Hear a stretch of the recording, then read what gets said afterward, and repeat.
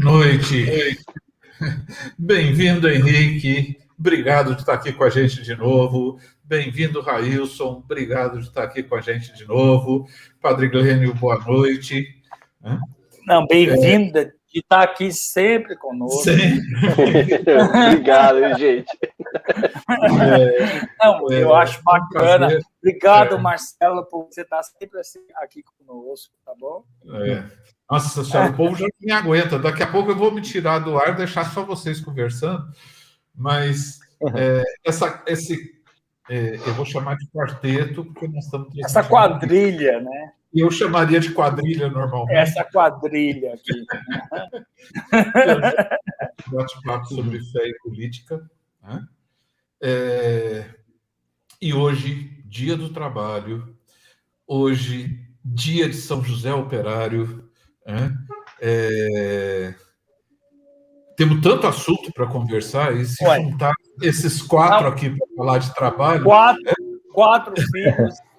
Primeiro, eu falei na missa hoje. Hoje nós teremos o bate-papo, você estava na missa, de 4 filhos de São José, o Operário. Então, acho Operário. Que é importante dizer isso. São José, o Operário, vírgula, o Operário. Eu acho que o Henrique, que é professor, sabe disso, a vírgula, e aí vem o apóstolo, né? Ou seja, o significado da pessoa, aquele que adjetiva a pessoa, né? Então, assim, e vou dizer, foi sem querer, mas nada como na nossa vida sem querer, eu acredito na obra do Espírito Santo. O Espírito Santo sopra onde quer, como quer e onde quer.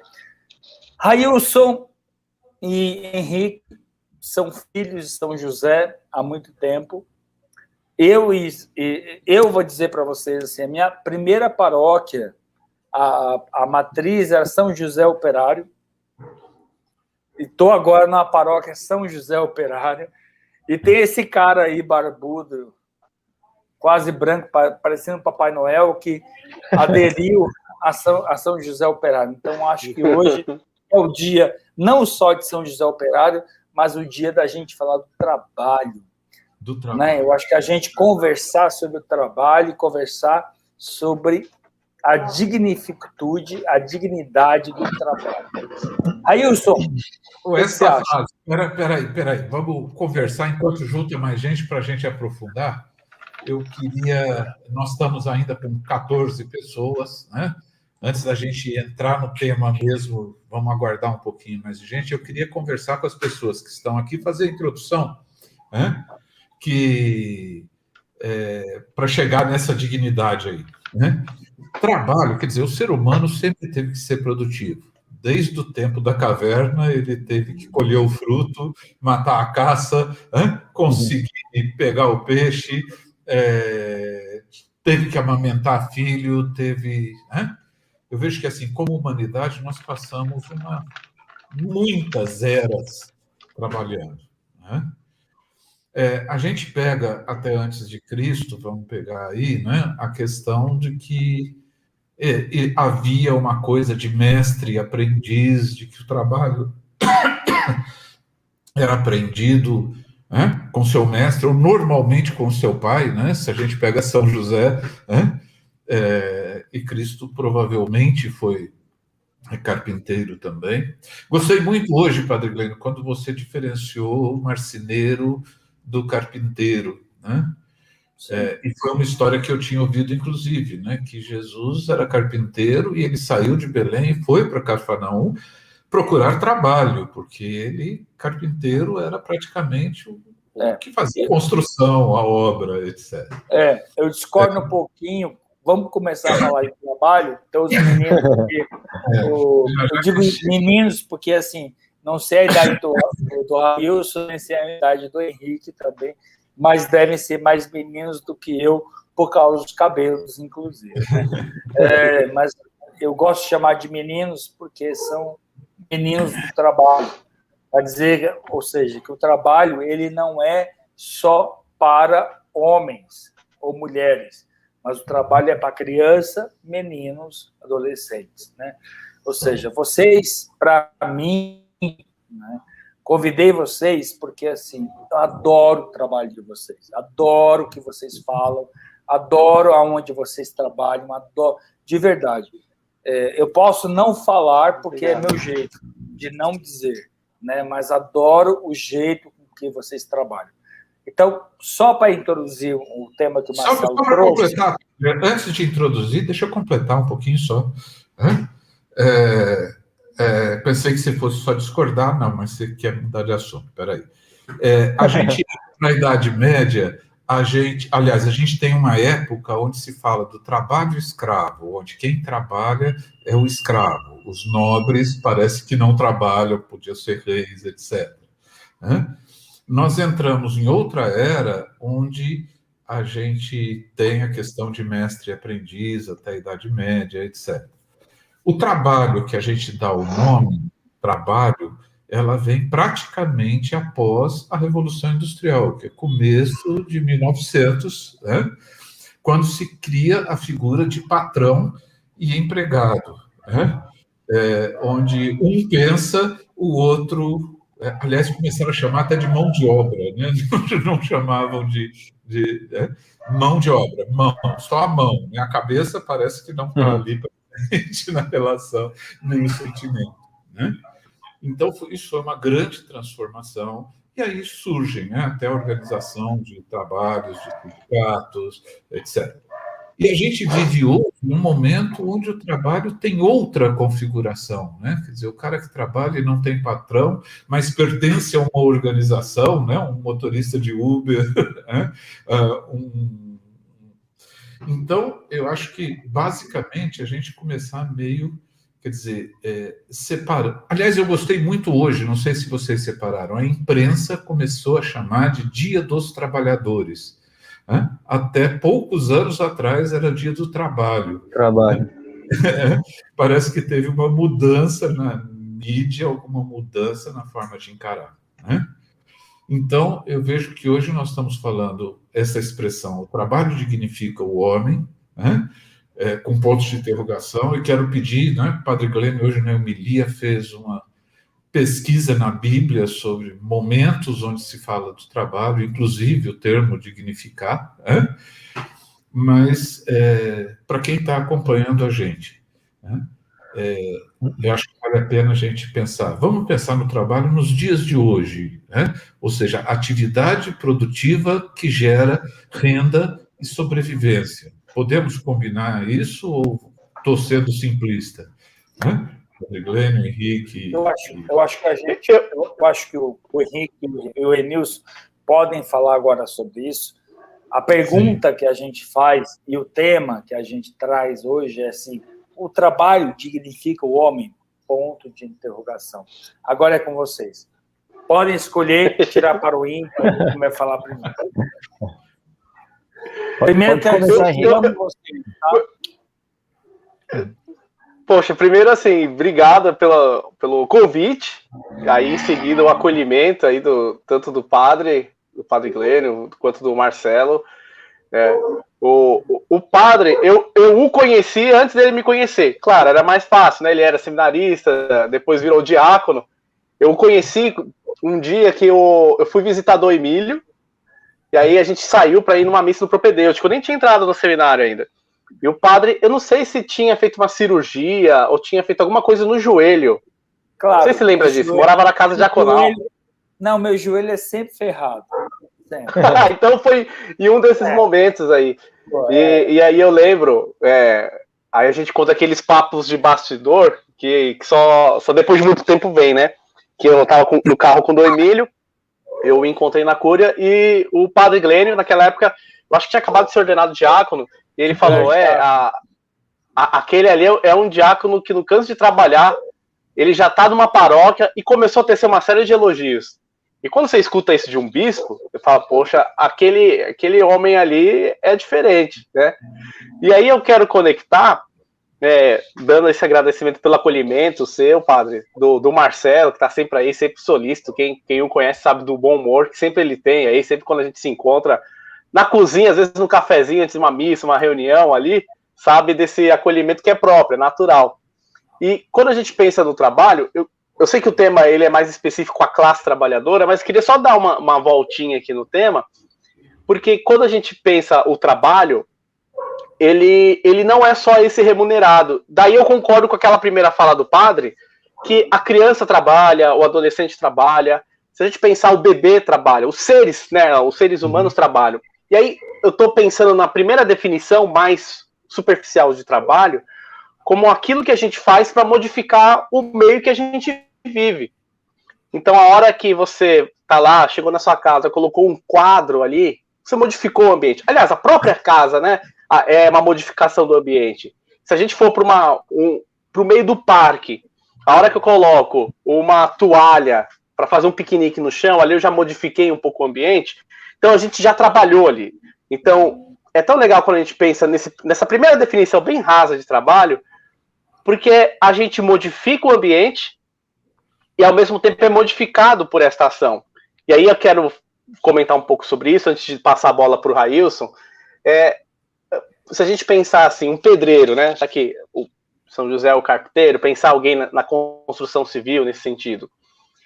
Ele trabalha, geralmente, debaixo de sol, exige grande esforço físico, geralmente é alguém que fala alto, porque o ambiente de trabalho dele exige que ele fale mais alto por conta de tantos barulhos que ele tem. E isso vai modificando tanto ele internamente, quando ele chega em casa, ele não consegue falar baixo. Ele vai na igreja, ele também não consegue falar baixo, porque ele já foi modificado por isso. E geralmente alguém que aperta sua mão bem duramente assim, e provavelmente também vai ser alguém que, quando for educar os seus filhos, lembra, ele transforma o meio ambiente mediante a força, batendo. Provavelmente ele vai ser alguém mais durão, mas é a linguagem dele de cuidado. Agora, quando a gente vai para uma outra profissão, entre aspas, do lado oposto, uma pedagoga, né, uma professora lá da creche, a voz dela é um pouco mais diferente, geralmente ela tem mais atenção, ela consegue perceber mais rápido quando você está doente, porque ela está acostumada a fazer isso no seu próprio ambiente de trabalho. Então, em virtude daquilo que ela faz, onde ela está, cuidar da criança, ela tem que perceber rápido quando a criança está feliz ou está triste, quando ela está doente ou não está amparada. Isso vai dando a ela também uma transformação interior. Bom, pensando no trabalho nesse sentido, ele é próprio nosso, né, da natureza humana. E aí eu pego o São José, só para tocar a bola para o Railson, e o Railson continuar aí o jogo no campo. São José, ele é o operário, mas, sobretudo, ele é alguém que trabalhou humanamente, digamos assim, isso é claro para a gente, mas trabalhou na criação de Jesus e trabalhou como homem de Deus. Então, naquilo que ele fazia para Deus em serviço, ele também foi configurado internamente. Então, aquilo que, de repente, muita gente na paróquia faz da paróquia, pastoralmente, voluntariamente, sem ganhar nada, é um trabalho. E a gente percebe isso. Quanta coisa a gente é transformada internamente depois de uma reunião de pastoral, depois de um encontro, depois de um retiro, depois de um dia de espiritualidade. Né? A gente vai servir ajudando as pessoas com as cestas básicas. Então, tudo isso que a gente vai fazendo em serviço de alguém, modifica o ambiente de alguém. E, ao mesmo tempo, modifica a gente. Eu acho que tanto o Marcelo quanto o padre, que nesse momento de pandemia, na paróquia, assumiram assim, uma postura muito diferente, porque antes era uma outra configuração, até de padre, até de liderança. Agora, nesse tempo de pandemia, eu tenho certeza que quando todo mundo for vacinado, a gente espera que aconteça isso logo, a experiência vai ser essa. A gente aprendeu. E por que aprendeu? Porque não ficou parado. A gente trabalhou, talvez não ganhou o dinheiro que se esperava, né? Pensando no trabalho voluntário, mas ao ajudar as pessoas, ajudar a paróquia, ajudar o serviço do outro, foi percebendo uma transformação interna. Um pouquinho só, padre, aqui tem um recado para ele aqui, ó. O Douglas já colocou, muito interessante essa reflexão sobre a maneira que os operários se comunicam. Eu nunca tinha pensado nisso. Né? Fala, padre. Não, eu queria conversar com o Henrique, porque o Henrique é o seguinte, o Henrique tem a experiência de estar no meio do clero e tem a experiência e agora de ser um pai de família, a gente pode dizer assim, porque ele é casado, né? Estou esperando sobrinhos, viu, Henrique? Eu falo sobrinhos dele porque, assim, como ele é meu filho espiritual, então, na hora que ele tiver filhos, eu sou o tio, né? Então, o Henrique trabalha com o quê, para que as pessoas que não conhecem? Não, o Henrique é professor. Ele é professor de filosofia, ele é ministro, extraordinário da Eucaristia e ministro extraordinário da esperança, ministro extraordinário da palavra, na nossa paróquia São José Operário.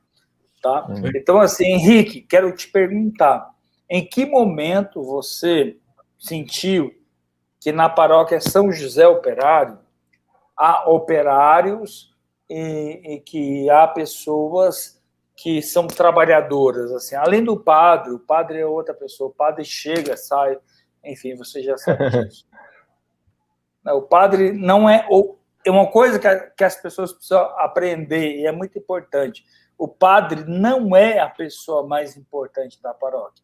O padre é importante na paróquia porque ele passa pela paróquia como Cristo cabeça. Mas as pessoas mais importantes na paróquia são os operários. Como numa colmeia, os operários são aqueles que trabalham. Né? A rainha é trocada o tempo todo. Sim. E não tem remuneração, né? Acho que é importante isso. E não trabalho para um bem e não tem remuneração. E não tem. Eu acho que a gente conversar sobre uma paróquia ou sobre um lugar onde não é clericalizado. Eu acho que Henrique pode conversar sobre isso, ou não? Não, podemos sim. Eu vou fazer um comentário assim, porque todos sabem aí, que, sobretudo os mais antigos, né? Eu venho de outra paróquia. A paróquia São José Operário colaborou muito no meu processo de formação cristã, mas eu sempre fui de uma paróquia vizinha. E aí me acolhi lá depois que eu saí do seminário, que você fica meio perdido. A minha paróquia de origem também, o padre tinha trocado, as pessoas tinham mudado. E na São José Operário eu tinha os meus amigos que estavam lá. Né? Então, já tinha ido lá várias vezes, frequentado, participado de encontro. Muitas das minhas experiências religiosas foi na São José Operário. Então, tem uma coisa bem afetiva. Era a rádio catedral na época, então eu já ia na São José Operário desde aquela época. E uma coisa que eu sempre percebi de fora era bem essa configuração mesmo de paróquia, no sentido de que passaram os padres e todos eles têm uma grande importância. Só que quando a gente percebe mesmo que esse momento de transição entre padres, geralmente algumas paróquias elas paralisam, assim, como que à espera de uma orientação, digamos assim, né? Então, ai meu Deus, agora o farol tá vermelho, eu não posso fazer nada. E a São José Operário, ela sempre continuou trabalhando, né? As pastorais sempre continuaram. Eu sempre vejo isso naquelas reuniões que eu participava antes, quando coordenava o grupo, do conselho do ano, então a catequese, a liturgia, enfim, todos os serviços, eles estão se organizando ali. E uma coisa que eu vejo isso, e aí a gente pode citar várias pessoas, mas eu penso bastante no Paulinho, talvez, assim. Não que os outros não sejam, né? Mas o Paulinho, até pelo serviço do altar ali, a gente percebe, é uma figura que está ali sempre, se qualquer cai chuva, cai canivete, e assim, ajudou já muitos padres, e ao mesmo tempo a gente percebe o carinho que ele tem, ao mesmo tempo um ciúme com aquilo que ele tem. Eu acho que tem um pouco isso na São José também, né? É o ciúme no sentido do zelo. Eu preciso fazer isso porque tem que ser bem feito. Não só ser feito, mas tem que ser bem feito. Né? Então, o próprio trabalho da pastoral da comunicação, poxa, o quanto que isso tem revolucionado a escrita do livro, a elaboração do livro lá atrás, no primeiro momento com a Aline. Então, são iniciativas que vão sendo tomadas nessa perspectiva de que a paróquia São José Operário é nossa, né, dizendo assim, enquanto povo, e ela vai adquirindo o formato se a gente pôr a mão na massa. Então, se não colocar a mão na massa, entre aspas, eu não quero dizer essa expressão baixando o grau, tá? Mas é só um templo, entre aspas, né? Só um lugar de reunião. Então, a gente percebe ela viva aí.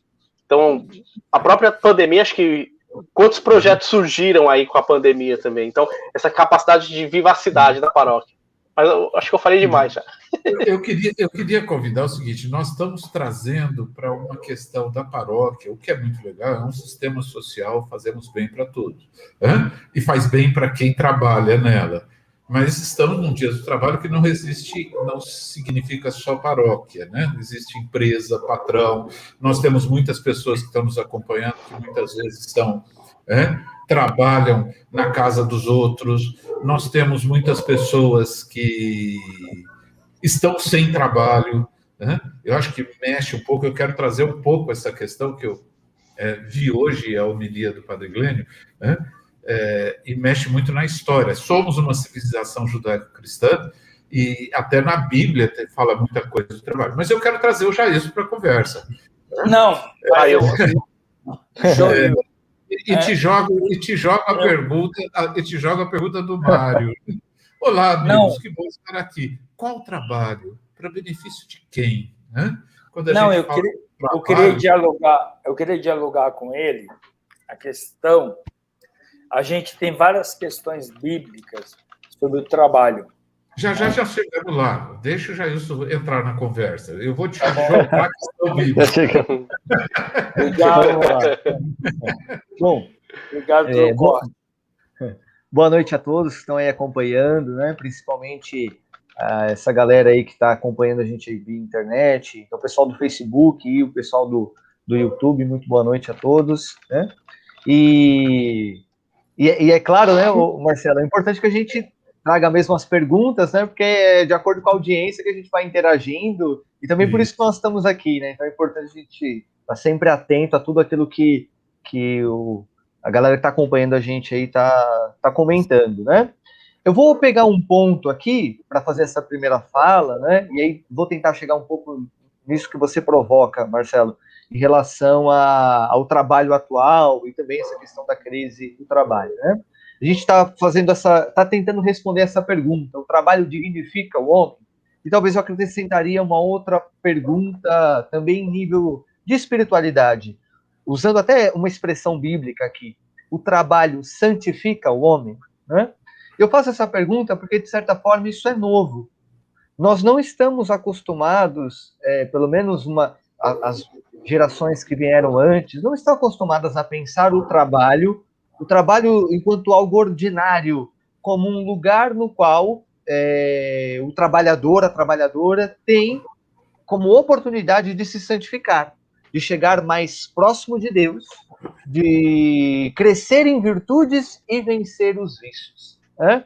Por muito tempo, nós, sejam ministros ordinários ou extraordinários, sacerdotes religiosos, pregadores, catequistas, enfim, por muito tempo, o nosso discurso se deu dentro do seguinte espectro: para você se santificar, você reza, confessa, reza o terço, dizima, faz romaria, faz peregrinação, etc. E é claro que todos esses elementos que eu citei aqui, eles nos ajudam na nossa santificação, sem dúvida, claro. Claro que é através da Eucaristia, da confissão, que nós retomamos o estado de graça, estamos ali repletos da graça do próprio Deus, repletos do Espírito Santo, mas o nosso cotidiano também é oportunidade, também se transforma num lugar no qual nós podemos fazer o nosso encontro com Deus.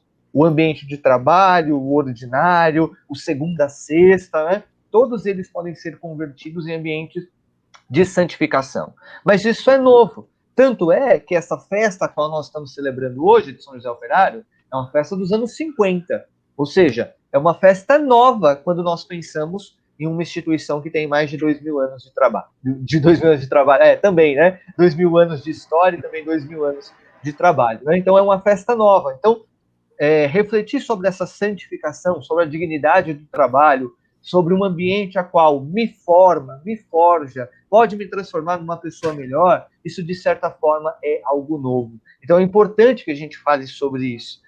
Também porque o nosso ambiente eclesial, muitas vezes, ele pode ser esse local no qual nós podemos educar na formação cristã que será vivida fora desse ambiente de igreja. O que eu quero dizer com isso? Uma pessoa que se dedica bem ao trabalho da paróquia, pegando o gancho que o Henrique e o Padre Grêmio falavam aí, provavelmente ela pode trabalhar bem, e ela pode trabalhar bem e dizer, inclusive, lá fora, que ela aprendeu a trabalhar bem com aquilo que ela aprendeu dentro da igreja, né? Trazendo aqui a lembrança de um amigo nosso, aqui amigo em comum, que o Henrique conhece muito bem, não sei se o Marcelo, o Padre Grêmio, conhece, o Telmo, do TLC, que foi coordenador do TLC Nacional por muitos anos, liderou o TLC aqui em Campo Limpo, liderou o TLC também a nível nacional. Várias vezes eu vi ele partilhando, ele sempre partilhava isso, que a liderança que ele exerce no trabalho, muitas vezes ele aprendeu dentro desse ambiente eclesial. O padre pediu a palavra. Não, eu queria dizer que o Telmo foi meu colega de filosofia, a gente estudou junto Então... O Telmo é meu irmão, assim. Se você conversar com o Telmo sobre o Padre Glênio, você talvez, assim, é meu sentimento. Assim, o Telmo é meu irmão. Conheço o Telmo. Ótimo. Nesse lugar. Desculpa, pode continuar, que a sua reflexão está ótima. Eu queria cutucar um pouco, talvez daí o Padre Glênio, né? Este termo, o trabalho dignifica o homem, vem da civilização judaico-cristã, onde tem citações da Bíblia que falam sobre isso. Você pode contar para a gente de onde surgiu essa expressão? Daí a gente continua com... Não, eu acho que o Jailson pode contar isso. Não? Espera aí que eu não peguei bem aqui a pergunta. Que o termo, o trabalho dignifica o homem, vem da Bíblia, de antes de Cristo, do Antigo Testamento, portanto, é uma expressão judaico-cristã, da nossa cultura, e eu não sei como é que a gente interpreta isso, como está na Bíblia. Parece que depois São Paulo fala também disso, né? Vocês que são estudiosos do assunto, né? Mas trazer para as pessoas assim, da onde vem essa expressão, o trabalho dignifica o homem, em que contexto foi dito e como é que a gente pode enxergar isso nos dias atuais. Tá, perfeito. Bom, então primeiro, aquela aula básica de Bíblia, né? Aula básica entre aspas, né? Que a gente não deve ler o texto bíblico de Gênesis a Apocalipse como se fosse um texto, como se fosse uma historiografia ali perfeita. Não é o melhor método de ler o texto bíblico, né? E por que eu estou dizendo isso aqui já para começar? Porque no Gênesis nós vamos ter uma ideia um pouco estranha do trabalho, né? Por quê?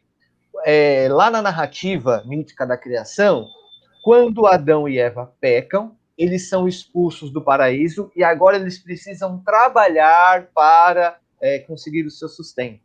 Então, vem de ser uma ideia, quem faz uma leitura... Só um pouquinho, Railson. Eles foram expulsos ou eles foram castigados? Então... Não, tanto expulso como castigado? Tanto expulso como castigado? Não. Aí vocês vão entender onde eu quero chegar. Na verdade, quem está acompanhando aí, né? Essa parte provocar. Entendi. Mas seja o expulso ou castigado, qual que é a consequência? É o trabalho. Exato. Então aí vem a ideia de que o trabalho é castigo. E aí por isso que o Padre Glênio provoca, né? Então, só rapidinho, o nome trabalho vem de tripólium, que é um instrumento de tortura, para associar castigo.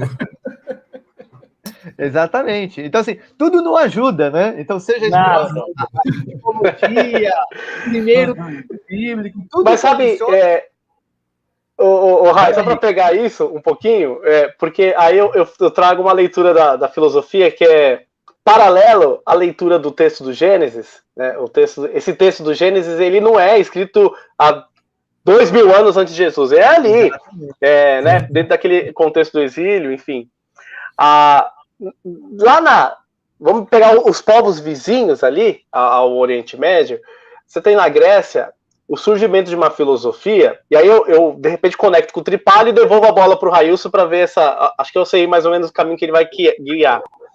Mas já os gregos, sobretudo com Platão, ele tem uma concepção de corpo e mente, uma dualidade que a gente chama, né? Então, duas realidades, por isso dualidade, e que elas são inimigas. O corpo inferior, mortal, padecente, e a mente espiritual, superior. E, inclusive, a gente vê vários trechos da Bíblia comungando nessa ideia. Então, impacta muito o cristianismo. Depois desemboca em Santo Agostinho isso. Então, já em Platão, todo trabalho manual com o corpo, ele é mal visto. E ele é mal visto só por ser uma atividade do corpo. E aí, só para linkar hoje e devolver para a Bíblia, quando a gente compara, e, gente, sem juízo de valor, eu uso essa comparação em aula para, de repente, ficar um pouco claro. pega um médico, melhor, médico não, porque médico está trabalhando bastante ultimamente, mas sem emitir nenhum juízo. Você pega um advogado e você pega um trabalhador que coleta o lixo. No impacto imediato, se o advogado não trabalhar por uma semana, qual é o impacto que a gente tem em sociedade? Bom, trava alguma coisa de processo de leis, e a gente sabe que as leis, todas elas, de alguma forma, são criações nossas, para a interação nossa. Então, de alguma forma, o advogado parando de trabalhar, faz falta? Faz, mas é uma falta relativa. A gente consegue viver. Tanto que tem gente que vive a vida inteira sem o trabalho direto do advogado por ele, né, individualmente. De novo, não quero desmerecer nenhum advogado, viu? Porque eu sei que tem bastante aí que pode estar acompanhando a gente. Mas você pega um coletor de lixo. Se ele parar de trabalhar por uma semana, a quantidade de lixo na rua e, logo em seguida, a quantidade de doenças proliferando naquele bairro é enorme. Quando a gente pensa, bom, o coletor de lixo, ele é muito importante para a sociedade. Não que o advogado não seja, mas na relação imediata, a gente precisa, no dia a dia, a gente precisa muito mais do coletor de lixo do que do advogado. Só que qual que é a profissão mais valorizada? A do advogado. Por que é a do advogado? Porque a gente herda isso lá de Platão, a ideia de que o trabalho da mente não é castigo. O castigo está no trabalho do corpo. E eu lembro de escutar isso quando criança. Se você não estudar, você vai ser, aí usa a palavra, você vai ser lixeiro.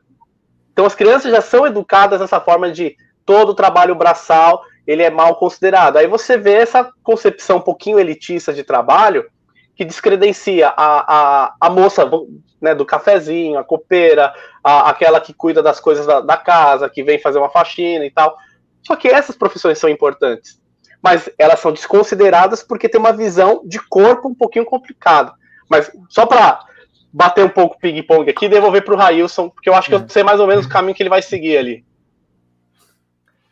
Então, voltando, então, né? Então a gente tem essa ideia aí bíblica. Não é que é a ideia bíblica, é o que transmitem sobre ela, tá? Isso aqui é um ponto importante, tá? A interpretação que foi feita. Não é que a Bíblia considera o trabalho como castigo, a interpretação que é feita. Quando o Henrique faz esse insight em relação ao exílio, isso é fundamental para a gente compreender, né? Porque boa parte do texto bíblico, ele foi escrito ali, boa parte do texto bíblico não, mas essa parte ali do Pentateuco, nasce dentro desse contexto de exílio. E no contexto de exílio, é claro que eles a tendência deles é não nutrir muito afeto pelo trabalho. Eles estão fora da sua terra natal, estão misturados, não estão convivendo com amigos, com familiares. Então, o trabalho deles, muitas vezes, é terrível viver aquele momento. Então, muitos textos bíblicos não trazem muito aspectos do trabalho. E aí é interessante, até peguei aqui, os primeiros textos do Antigo Testamento que vão exaltar essa questão do trabalho é a literatura sapiencial. E a literatura sapiencial não só vai exaltar o trabalho, como vai exaltar vários aspectos da vida.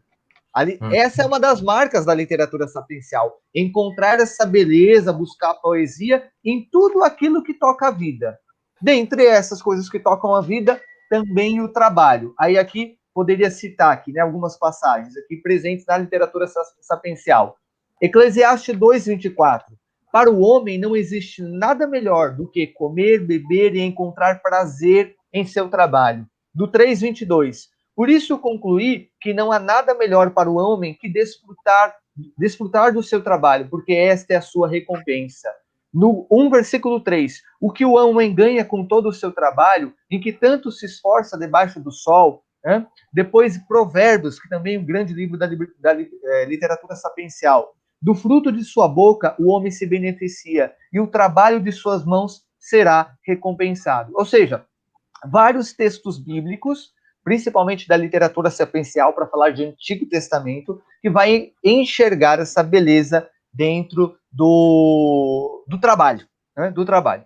E aí, mais tarde, como você, Marcelo, já antecipava, Paulo vai também vai trazer mais detalhes sobre esse processo de santificação do trabalho. Por que só Paulo faz isso, né? Ou melhor, não é porque só Paulo, mas por que Paulo? Porque os textos, primeiro, no Evangelho, ele tem uma função ali, né? Que é anunciar Jesus, é a pregação de Jesus, o seu anúncio do reino de Deus, né? Então, é falar sobre Jesus. Então, ele vai contar sobre Jesus, e mesmo assim, nós vamos ter em João, essas palavras são colocadas na boca de Jesus, o meu pai trabalha e eu também trabalho. Isso aqui é muito interessante. Né? Eu acho que e aí... Pode Desculpa. falar, Marcelo. Continua, fecha seu pensamento, eu não quero tá. te interromper. E aí, no Evangelho, então, nós não vamos ter textos, talvez, exaltando como nós imaginamos, né, a questão do trabalho, mas nós temos sempre ele sendo valorizado ali. A profissão de São José é enfatizada, Jesus é reconhecido como filho do carpinteiro, isso aqui é muito interessante, né? Ou seja, a função, se José, com todo respeito aqui, só para ilustrar e também para trazer um pouco mais de algo cômico aqui para nossa reflexão, se São José fosse um vagabundo, não faz nada, Jesus não ia ser identificado, né? Não ia ser interessante identificar Jesus como o filho daquele homem que não faz nada, né? Então, Jesus é o filho do carpinteiro, é também um carpinteiro. E aí depois, Atos dos Apóstolos vai contar os primeiros passos da igreja. Então, exalta muito essa questão da fraternidade. E aqui tem um detalhe interessante, Marcelo. Por que a fraternidade tem que ser valorizada? A partilha.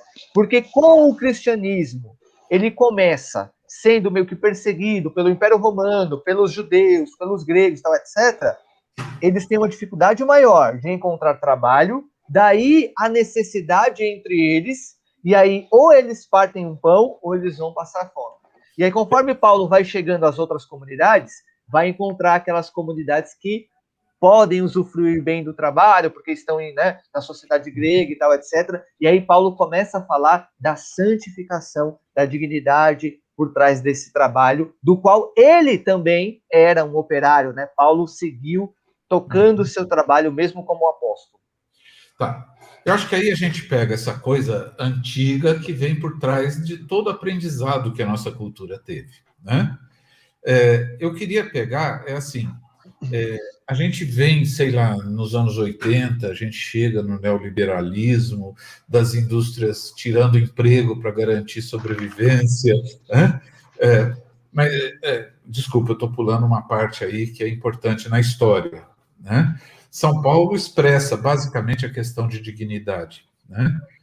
Agora, a gente tem que pensar que no começo nos primeiros 100 anos, né, dignidade e trabalho tinham outro significado, né? O ser digno no sentido de que as pessoas precisam trabalhar e é justo comer e se manter pelo seu trabalho, né? Só que os trabalhos eram, sei lá, né? O pastor, o agricultor, né? E só que chega em 2000 e pouco, nos anos 80 começa isso, a sociedade não oferece trabalho. Portanto, a sociedade não oferece uma possibilidade de ser digno, né? Eu acho que tem uma coisa entre o que a gente aprendeu, o que a gente aprendeu e o que a gente vive, né? E eu estou vendo agora, na época de pandemia, né, nós estamos oferecendo cestas básicas a trabalhadores que não encontram emprego, e até que ponto a gente está mexendo na dignidade das pessoas, né? Porque a pessoa queria trabalhar, mas ela não consegue trabalhar. Eu acho que, atualizando esse tempo, já vi que o Henrique quer falar porque o tema, ele é provocador, e aí é impossível não fazer a gente está no ambiente da igreja, assim, mas trazer a reflexão própria da igreja sobre a dignidade. Isso. Porque assim... entrar nessa conversa. Beleza. Porque se a gente conectar dignidade e trabalho numa relação, uma cadeia direta, então, usando o raciocínio lógico, só é digno aquele que trabalha, a modernidade, nosso tempo, né? Os historiadores chamam de pós-moderno, né? Esse tempo que nós estamos vivendo relaciona trabalho com emprego. Então, o empregado, aquele que tem emprego ou que desenvolve uma atividade econômica, ele é o trabalhador. Então, só que aí a gente tem uma sociedade hoje, a gente fazendo uma leitura aqui, brasileira, né, com os pés no chão, no nosso bairro aqui, Campo Limpo, Capão Redondo, Taboão da Serra, enfim, a nossa região, a gente tem uma grande quantidade de gente não trabalhadora, não porque não quer, isso que o Marcelo falou aí, mas porque estão desempregadas, porque se veem impedidas por vários fatores. Não tem um emprego, não tem saúde para conquistar um emprego. E aí a gente também tem que lembrar uma leitura social de que a nossa sociedade, né, brasileira, ela está ficando cada vez mais velha e vem a aposentadoria também. E aí você tem falas aí ecoando, eu não vou falar onde, mas que olha os aposentados, e já saiu isso na mídia, né, que os aposentados são peso para a nação, porque são, usando a expressão aí, né, são vagabundos. Ah, porque o filho do porteiro, a gente tem que sustentar o filho do porteiro. Ah, porque a gente tem que sustentar a empregada para ela viajar para os Estados Unidos. Então são falas que, de novo, colocam numa hierarquia, aquele que trabalha em tal coisa é mais digno do que esse que trabalha em uma coisa inferior, entre aspas, que é mais digno aquele que não trabalha.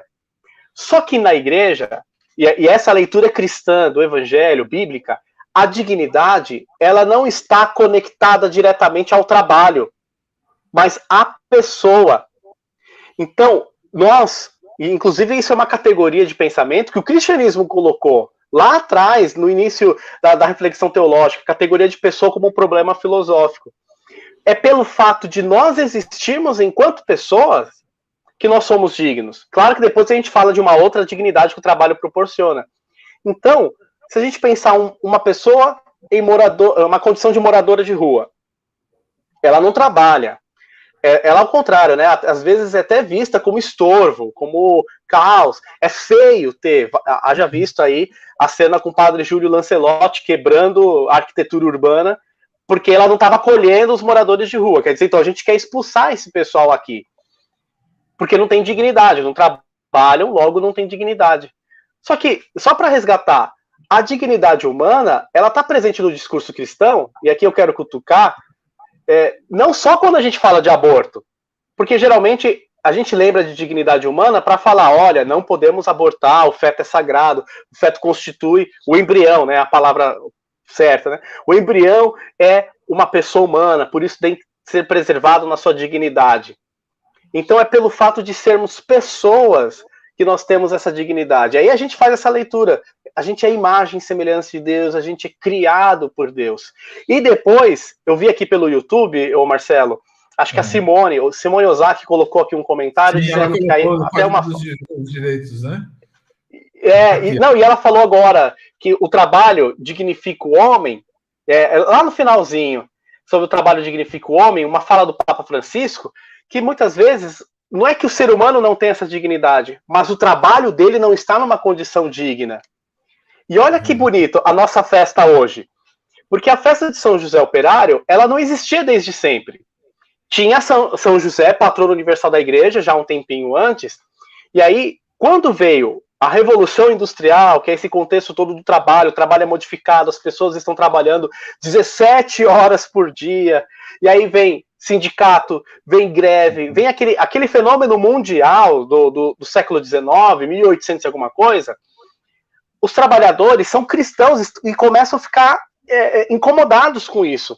Como que eu posso trabalhar 17 horas por dia e eu vou à igreja e depois falam que eu tenho dignidade na minha pessoa, só que o trabalho não está me dignificando? Então teve uma série de movimentações de sindicatos, isso e aquilo, até a resposta do socialismo, do comunismo, de várias outras respostas. E nesse momento da história, a classe trabalhadora estava sentindo a igreja um pouco distante por conta de alguns pronunciamentos do Papa. Isso aqui é histórico. E aí o Papa Pio XII, numa reunião, numa uma audiência com os sindicatos da Itália, recebendo essa reclamação dos leigos trabalhadores, ele fala assim, olha, gente, a igreja, ela não é alheia à reflexão do trabalho, ela não é alheia, ao contrário, é muito válida a reivindicação por salários justos, né, pelo plano de saúde, pela folga, pelas férias, é muito justo. Por isso que em 1º de maio de 55, o Papa Pio XII, ele declara o dia de São José Operário como uma festa da igreja inteira, em honra aos trabalhadores. Então, olha só o movimento que se faz. A gente tem uma festa de São José Trabalhador em consequência, depois da festa de São José, o patrono universal, o esposo de Maria, então existe uma dignidade da pessoa. E logo em seguida, ela também tem que ser valorizada nas suas ações. Então, se trabalhar é próprio do ser humano, não importa se é remunerado ou não, esse trabalho tem que ser digno também. Não porque eu preciso do trabalho para ser digno, mas é porque o trabalho ele precisa ser uma extensão da dignidade que me pertence. Entende? Assim, o movimento. Então, o trabalho contribui para a sociedade. Isso, já que é uma ação humana, então ela tem que ser digna. E como que é uma condição humana digna? Um salário bom, que respeite minha estafa, então que seja um horário, um período em que o ser humano não esgote suas forças, porque o ser humano não é só trabalho, o ser humano é família, o ser humano é lazer, o ser humano é religião, inclusive o ócio, né, o descanso, ele também é uma condição humana. Então, o trabalho dignifica? Bom, o trabalho dignifica porque ele está conectado à dignidade que o ser humano já tem. Mas não é porque o ser humano não tem trabalho que ele não é digno. Essa é um pouquinho a reflexão que eu queria propor aqui neste momento. O Padre Glênio pediu a palavra aí. E tá sem áudio. Ligou. Pode desligar. Não. Aí. Queria que eles comentassem, ou eu posso comentar assim. Então, só o assalariado, a pessoa que trabalha, que tem uma remuneração, ela é digna ou não? Eu acho que cortou, não escutei. Então, Repetindo, não sei se... Repete, agora o som tá bom. tá. Estão me ouvindo? Sim. Então, queria que o Railson comentasse o que o Henrique falou. É assim, só quem trabalha, só quem é assalariado, só quem é... quem tem um trabalho assalariado, remuneração é digno, ou outras pessoas e outros trabalhos também são dignos? Comenta com a gente. Então, complementando, um escravo não é digno? Então, pois é. Mas então, essa não é a minha pergunta, Marcelo. Então tá, depois a gente volta. Né? Só assalariado é digno? Então, o Henrique, de certa forma, ele já comentou sobre isso já no início lá da nossa transmissão, quando ele falava, né, que o trabalho está presente não só nas atividades na qual você é remunerado, né? Então, quando você não é remunerado, é claro que há dignidade, né? Então, a gente pode pensar, por exemplo, na relação que existem dentro do lar, dentro da casa. Então, quando um pai pede uma ajuda para um filho, para que ele, não sei, ajude na limpeza da casa, né? Ajude na limpeza da casa, ajude com a louça, ajude com a roupa, ajude lavando o carro, coisa do tipo. Tudo isso traz dignidade. Isso gera uma relação fraterna, uma relação que forma, que transmite caráter, né? Então, assim, não é só aqueles que recebem que terão dignidade ou não, né? Aí entra o que o Marcelo falou, né? Pessoas que estão sob condições de dificuldades enormes aí, né? Vou nem citar a questão da escravatura aí, esse absurdo, né? Mas uma pessoa que recebe mal, ela tem sua dignidade. Agora, ela não está sendo valorizada como tal. Daí a briga por direitos, né? Que é endossada pela doutrina social da igreja. Esse é um ponto importante que muitas vezes nós, como cristãos, deixamos isso passar, né? Inclusive, os sindicatos, eu sempre digo isso para as pessoas, que assim, a gente pode questionar o número de sindicatos, o modus operandi né, deles, etc. e tal, mas é importante. Sem sindicato, olha, a coisa fica um pouco mais pesada aí, pode ter certeza disso. Não fala mais, Raíssa, pelo amor de Deus. Não, estou falando aqui bastante aqui já. Não, sabe por quê? Eu busquei aqui, talvez te ajude, Railson, o conceito de dignidade no Wikipédia. Né? A dignidade baseia-se no reconhecimento da pessoa digna de respeito. É uma necessidade emocional que todos nós temos de reconhecimento público, de ter feito bem as coisas em relação às autoridades. É engraçado que, na própria definição, não olha para a pessoa em si mesmo, né? A pessoa satisfazendo as autoridades, né? Amigos, círculo familiar, social, entre outros. Né? Uhum. Ou Então, seja, a definição de dignidade é confusa, né? Mas eu acho que... E aí fica uma definição muito materialista, né, Marcelo? E aí é complicado, uma vez que nós estamos aqui numa live paroquial, né? E ainda que não fosse da paróquia, mas fosse uma atividade... Não, tem gente do mundo inteiro, inclusive eu assistindo a gente, tá? Muito bom, muito bom. Mas assim, o que eu quero dizer é o seguinte, é uma definição muito materialista, inclusive até a expressão, ela tá ligada a Weber, se não me falha a memória, né? Sim, assim, tá parecendo Weber. Então, assim, é complicado. É complicado a gente reduzir isso, né? Dizer que a divindade, quando a gente presta serviço e tal, né? Vale lembrar que Deus nos coloca no mundo para servir o outro, tá? Então, assim, a grande vocação, o grande chamado que Deus nos faz é que sejamos felizes, né? E essa vida, ela vai ganhando sentido, vai se tornando repleta de sentido, enquanto nós partilhamos dessa nossa vida com o outro. Não tem sentido uma vida sozinho, não tem sentido uma vida solitária, não tem uma vida no qual você conquista as coisas e não tem com quem partilhar, né? Então a nossa vida, ela vai se enchendo de sabor, de vida, de esperança, conforme nós vamos nos relacionando com o outro, vamos partilhando dela com. E aí entra a dignidade do trabalho. Eu faço bem, eu faço para alguém, eu colaboro, trazendo termos escatológicos. Eu construo o reino de Deus, eu colaboro com a edificação do reino de Deus. Aí que mora a dignidade do trabalho. Nós, como cristãos, precisamos pensar assim. Então, é até interessante, Marcelo, vou citar essa história aqui, dá só um tempinho, né? O Mário Sérgio Cortella, né, muito conhecido, né, que dispensa apresentações, ele trabalhou um tempo na Secretaria do Estado, aqui, do Estado de São Paulo. Secretaria da Educação, do Estado de São Paulo. Municipal. E aí ele... Municipal? Então, é isso aí, municipal. E aí ele ia visitando algumas escolas, né? O Henrique deve conhecer essa história, ele ia visitando algumas escolas, e conforme ele ia visitando as escolas, ele levava algumas pessoas que trabalhavam dentro do prédio da Secretaria Municipal da Educação. Então, imagine ele convidando a moça da limpeza, a moça do café, da copa, o estagiário, para que acompanhasse ele na visita àquelas escolas do município de São Paulo. Conforme ele fazia aquela visita, o estagiário, a moça da copa, enfim, participava de todos os processos da visita da escola. Entrava nas salas, entrava na sala dos professores, visitava, analisava a estrutura da escola e tal, etc. E quando eles voltavam para o prédio da Secretaria Municipal, o Cortella fazia a pergunta para eles, e dizendo assim, o que você acha? Como que você poderia colaborar? Né? O que você acha que deveria mudar e tal, etc. E aí a pessoa fazia ali as observações, alguns mais soltos que outros iam contribuindo, né? E aí, o que o Cortella queria passar com isso?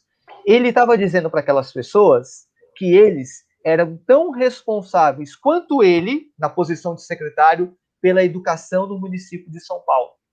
A moça que trabalha na Copa, o estagiário, quem tira xerox, o porteiro, são tão responsáveis quanto o prefeito, o secretário, o professor, o diretor da escola pela educação. Trazendo isso para o reino de Deus, todos nós somos então esses funcionários, nós temos a nossa função pela edificação do reino de Deus, pela construção da civilização do amor, como diria Paulo VI, como diria João Paulo II. E nós realizamos isso de que forma? Através do nosso trabalho. Henrique lecionando, o operário ali na mão de obra, na linha de montagem, o carteiro entregando, e assim cada um na sua vocação. Eu quero contar um pouco de um fato que eu acho que é importante a gente pensar nisso, né? Que ocorreu na NASA, nos Estados Unidos, nos anos 60, 70 e tanto. Né? Tinha todo um estudo sobre trabalho. Os Estados Unidos têm maneira de fazer esses estudos, né? A gente sabe disso. Né?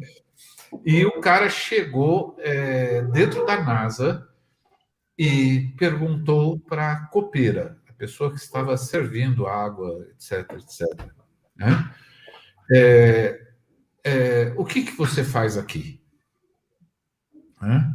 E a copeira respondeu para esse analista, sei lá, psicólogo, quem é que estava fazendo essa pergunta, mas ficou famoso. Né? Ela virou e falou assim: eu contribuo com os Estados Unidos, eu contribuo com o meu país na corrida espacial. Né?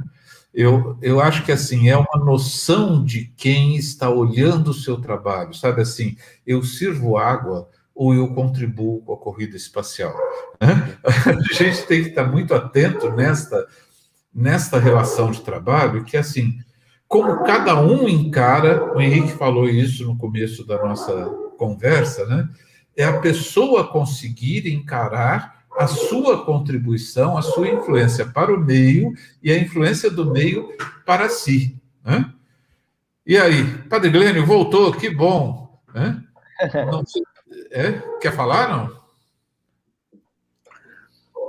Então, não. Acho que ele está só observando. Pode falar, Henrique. Pode falar, Henrique.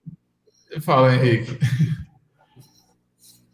Não, acho que é interessante essa comparação, né? Quando a gente entende que nós fazemos parte de um todo, né? Acho que também tem essa dimensão de ser comunidade do trabalho, né? Então, essa interdependência. Bom, se a gente pegar a cadeia produtiva, desde a plantação até a comida chegar aqui, ou até a fabricação das roupas, um ser humano sozinho não conseguiria fazer isso. Então, poxa, a gente conseguir valorizar todas as dimensões dessa expressão de trabalho. E aí, uma coisa que eu, enquanto professor, eu fico bem me questionando, assim, é sobre essas novas profissões. Até um tempo atrás, um youtuber, bom, não era nem imaginado uma pessoa ganhar dinheiro com isso, né? Hoje a molecada ganha dinheiro jogando videogame, fazendo gravações, lives dessa produção. E aí a gente começa a perceber que não importa as ações, entre aspas, não importa, mas as ações elas estão acontecendo e a gente vai aprendendo a remunerar estas ações. E aqui nos leva uma crítica, sobretudo da gente enquanto cristão, enquanto católico, né? O quanto essa diversidade de trabalhos, enquanto essas condições de trabalho, elas estão favorecendo para que a dignidade da pessoa seja respeitada. Então, talvez aqui a fala seja, não é nem que elas tenham dignidade, mas que tenham sua dignidade respeitada. Então, nos seus direitos, ok? E direitos, assim, a gente está pensando naquilo que é básico. O lazer, o descanso, não é? A gente sabe que as condições de trabalho de muita gente, tanto financeiramente quanto socialmente, elas são desvalorizadas. Então, não é só o baixo salário que incomoda, mas o não ser valorizado, o não ser aplaudido, o não ser respeitado. E aí essas relações tensas, assim. E o quanto a gente pode ser luz, plantando no coração das pessoas a primeira coisa, que acredito ser necessária, que é esse reconhecimento próprio, o amor próprio no sentido de, olha, eu sou criado à imagem e semelhança de Deus, eu mereço respeito, não importa o que eu faça, mas só pelo fato de eu existir, só pelo fato de eu ser, eu tenho que ser respeitado. E aí, num segundo momento, aquilo que faço também merece respeito e valorização, porque é um ser humano já digno que está agindo. Então, a copeira na empresa, e eu vejo isso agora menos por conta da pandemia, mas o quanto as pessoas às vezes tratam mal quem está servindo alguém lá no restaurante, né? A moça da limpeza, o porteiro do prédio. Então, visões, é triste usar essa palavra, mas visões elitistas que já estavam presentes, quando a gente pensa assim, nas primeiras missas. Tem uma fala de São Paulo, na carta aos Coríntios, que lá nas primeiras missas, Corinto, por ser uma cidade grande como São Paulo, uma metrópole da época, fazia quase que 2 missas, né? A primeira para os mais ricos, e eles tinham o costume de, depois da missa, ter o ágape, uma confraternização, e vinha depois a missa dos pobres, e eles ficavam com o resto. E aí, Paulo, mas o que está acontecendo aqui? Né? Por que existe essa diferença entre vocês? E aí, acho que o grande texto de Paulo, né? Já não há judeu, já não há grego, já não há isso, já não há aquilo, já não há homem, já não há mulher, mas todos nós somos um em Cristo Jesus. E acredito que isso é bem importante a gente trazer para essa reflexão da vivência nossa no dia de São José Operário. Que legal. Eu quero incluir o Padre Glênio nessa coisa, porque assim, ele tem trabalhado tanto fornecendo marmitas para os irmãos de rua, Temos trabalhado tanto na questão de fornecer cestas básicas, né? É uma questão de compaixão, de respeitar a situação dos outros, né? De estar ali, né? Mas existe a pessoa que, sei lá, que teve até pergunta a respeito disso em off, né? A pessoa que está recebendo uma cesta básica, né? E que se sente, sei lá, na gratidão e não no direito, sabe aquela coisa assim? Como é que você vê a dignidade das pessoas que a paróquia ajuda? Tanto com as cestas básicas, com as quentinhas da população de rua, né? Tá sem som.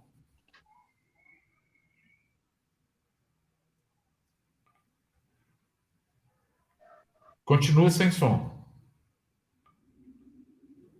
Padre, você continua sem som. Você está sem... Seu som, o microfone está desativado. Tá. O que é gratidão e o que é direito? Isso, a questão. Alguém que depende dos outros... Não, eu posso falar, Marcelo? Você deixa? Tá bom. Eu deixo. Tá bom. Então, assim... Fiz a pergunta. Henrique... Railson, o que é gratidão e o que é direito? Me ajuda aí. Bom, quando nós falamos em direito, né, talvez recordando aqui uma prerrogativa aristotélica, né, da justiça, né, direito é quando eu dou a cada um o que é seu. Então, direito é o que é justo, né, o que ele tem direito.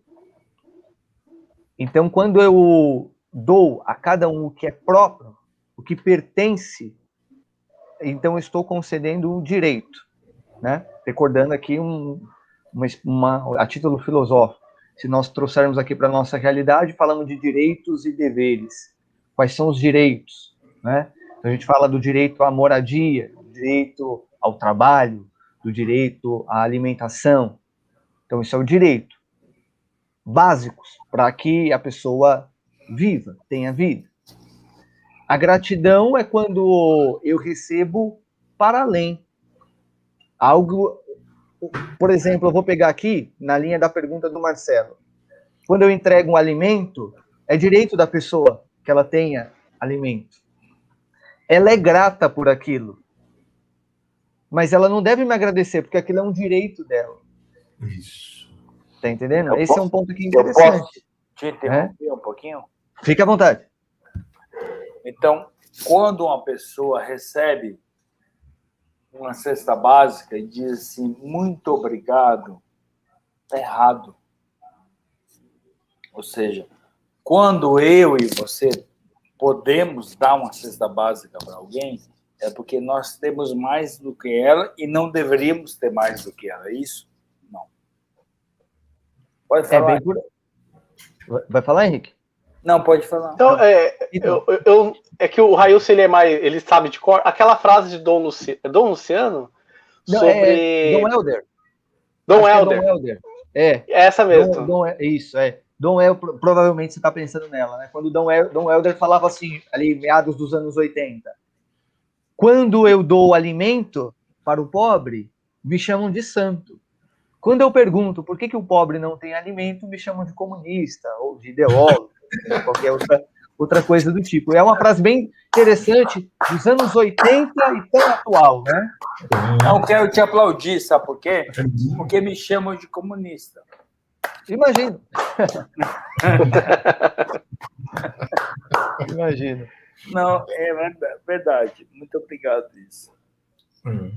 Não, quero continuar com a conversa. Marcelo, termina a conversa com ele. Não. Entra na conversa, continua. Ué, eu já tinha falado. Já tinha falado. Mais um pouquinho. Bom, vamos lá. Comenta você, Henrique, esta diferença, né, entre o direito, né, e a pessoa dizer muito obrigado, né, a gente... E isso com quem recebe a cesta, que ainda tem casa, que ainda tem família para cuidar. A gente está falando, assim, às vezes, de do cara que está na rua recebendo uma marmita, né? Eu sigo um pouquinho esse pensamento do... eu sigo um pouco esse pensamento do Railson, assim, o direito é aquilo que me é próprio, e reestabelecer um direito deveria ser uma obrigação, aí talvez o obrigado nesse sentido, não eu que recebo, mas eu que faço, que deveria ser obrigado. E a gente tem que lembrar que São José, um dos títulos dele é o justo, e justiça na Bíblia está também relacionado a colocar as coisas no seu devido lugar. Não está no lugar uma pessoa morando na rua, não está no lugar uma pessoa que não tenha emprego, não é o lugar dela, a fome não é o lugar dela. Então, acho que a Rerum Novarum trabalha um pouco isso. Se eu tenho um pouco mais, a minha responsabilidade para com Deus e diante da sociedade é muito maior. Porque se eu tenho um pouco mais, sou eu os braços da providência divina. Então, quem tem um pouco mais, quando ele doa a alimentação, ou, enfim, faz qualquer obra que a gente chama de caridade, é esta pessoa as mãos, os braços da providência divina. São Tiago, na carta dele, ele até fala isso. Olha, gente, é claro que eu estou dizendo com outras palavras, tá? Mas olha, gente, não dá pra gente ficar rezando assim, ó Deus, muita gente está passando fome. E a gente não trabalhar para isso, e a gente não ser a providência para essas pessoas. Então, talvez resgatar em nós a conversão do olhar. O que é próprio desta pessoa? Eu tenho, e eu tenho porque trabalhei, e eu tenho porque me esforcei, porque estudei, e uma série de coisas que a gente até bate no peito com orgulho para falar. Então, Deus foi me abençoando com isso. E em virtude da minha gratidão a Deus, eu devo distribuir, devo providenciar para os outros mais necessitados. Agora, da outra parte, acho que gratidão, é verdade, assim, eu também concordo que essa pessoa não deveria dizer assim, obrigado, no sentido de que, puxa, você está me fazendo algo extraordinário. Não, isso deveria ser muito bem comum. Mas também, por outro lado, a gente pode pensar nessa dimensão de Paulo, né? Em tudo dai graças, assim. Acho que é interessante a gente perceber isso. Que não é aquela pessoa, então não é só o padre que está dando a quentinha, né? Mas Deus usando as mãos do padre, ou Deus usando as mãos daquela outra pessoa. Deus usando as mãos, inclusive, de um ateu. Quando esse ateu vai lá, entrega... A gente sabe que tem muitas pessoas filântropas, né? Essas pessoas que fazem a caridade para as outras pessoas por fazerem. Pega essa mão aí. Tem perguntas aí? Desculpa, padre, fala. Não, pode falar. Não, é que estava no tema que ele estava dizendo. A Simone coloca: a solidariedade, a compaixão, a misericórdia não são dimensões religiosas, são dimensões humanas, como diz o padre Júlio Lancelotti.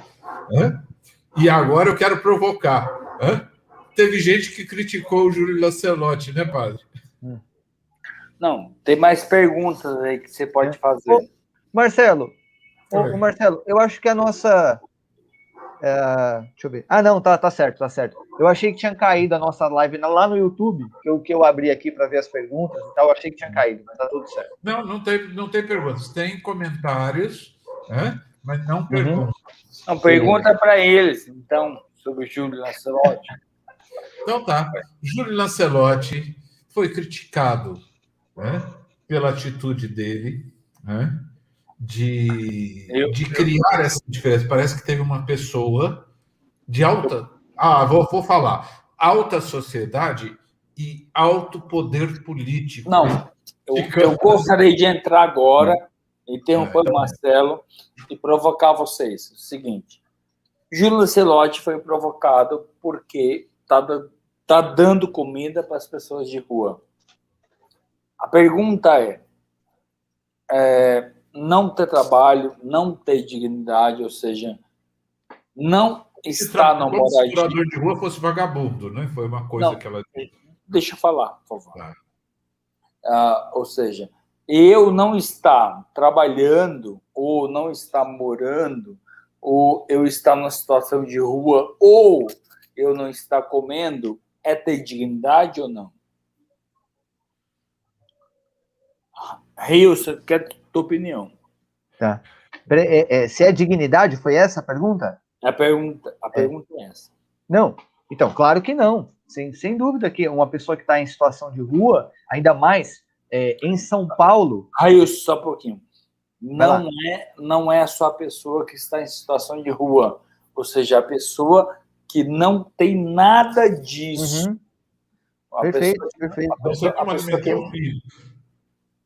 Perfeito. Não, e é bom, padre, você chamar a atenção, porque às vezes a gente vê muitas ações voltadas para a população em situação de rua, mas hoje nós temos pessoas que passam aperto nas suas despensas e estão dentro de casa, e digo mais, pessoas que pertencem às nossas paróquias e que muitas vezes se sentem até, não se sentem à vontade de partilhar isso, comunicar. Então é claro que nós estamos diante de um cenário que essas pessoas estão sem dignidade, sem dúvida, né? Agora, em relação ao Padre Júlio, ele não precisa falar necessariamente dele, mas de qualquer pessoa que realiza ação social e tal. Geralmente isso incomoda pessoas que, enfim, talvez perderam a sua sensibilidade. Isso que é grave, né? O Papa Pio XII, ele disse certa vez em uma locução a catequistas que o grande pecado é quando a gente perde essa sensibilidade do que é pecado, do que é errado.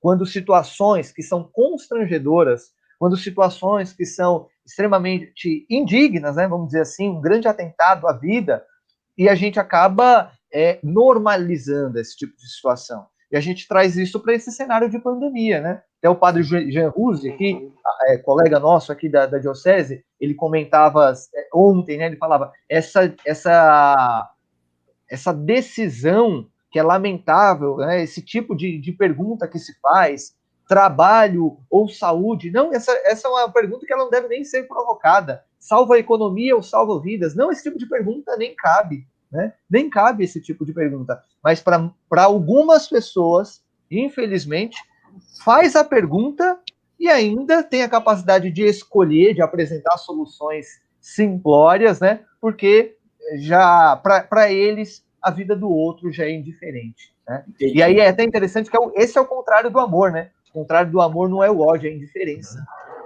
Não, o contrário do amor é a inveja. Também. Isso estou falando do meu aspecto psicanalítico.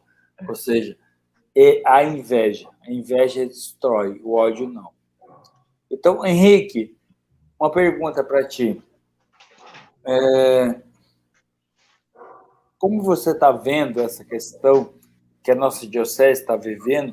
Claro, isso não é uma pergunta ideológica, mas assim, você acha que a nossa diocese está vivendo isso?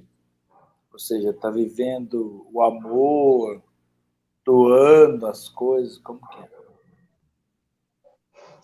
Eu sempre comento isso com o Railson nos bastidores, assim, né? Acho que pela experiência que eu tive no seminário, eu penso dentro e fora, né? Assim, entendo a igreja como leigo e entendo a realidade de dentro por ter participado um pouquinho da formação.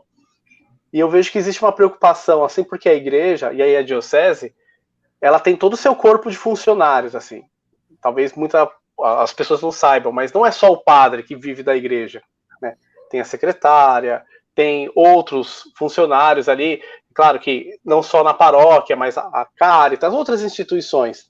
Então eu acredito que existe esse desafio de prover o salário dessas pessoas a partir daquilo que se arrecada no templo. É interessante a gente perceber isso, né? Que existe que é uma preocupação social. Se o padre tem que mandar a secretária embora, o secretário embora, enfim, seus funcionários embora, a gente atinge ali na esteira umas outras pessoas, uma família que está ali. Então, eu acredito que tem essa preocupação interna e a gente percebe o quanto os padres aí têm rebolado nesse sentido. Por outro lado, também tem a missão específica da igreja. E aí, essa missão específica de anunciar a boa nova passa naquela dimensão que a gente acabou de viver, da quaresma, né? A caridade. Eu não gosto muito da palavra esmola, né? Mas a caridade. E aí, a gente pensa sempre na cesta básica que é dada. A gente sabe que tem ali a paróquia São José Operário que faz isso, a catedral também faz isso. A gente até conversava outro dia com o padre Glênio, isso em particular. Enfim, as igrejas aqui na região. Mas tem outras dimensões que pouca gente vê. quando de repente chega alguém pedindo a passagem de volta para voltar para sua terra, quando chega pessoas querendo um remédio, e aí a gente ali faz, às vezes, consegue arranjar aquele remédio para a pessoa, às vezes uma casa que foi acabada numa enchente, ou não tem cobertor, não tem roupa para o frio está vindo aí. Então acredito que aqui tem um traço bem desafiador do nosso ser igreja para a sociedade. E acho que, para finalizar a fala, um outro aspecto bem importante que a gente tem tido é o próprio cuidado com os mais velhos, né? O próprio cuidado com os idosos, com os mais doentes que está tendo quando a gente faz essa organização do templo, de modo que não aglomere as pessoas, de modo que a gente consiga conscientizar sobre essas normas sanitárias. Acho que também isso entra no serviço de caridade para reconhecer a dignidade das pessoas. Obrigado. Marcelo, tem alguma pergunta aí para o pessoal? Não tem uma pergunta de lá, né? Mas eu vejo assim, a nossa audiência aqui, grande parte das pessoas, são pessoas que não têm um emprego, né? Quer dizer, tem vários trabalhos, né?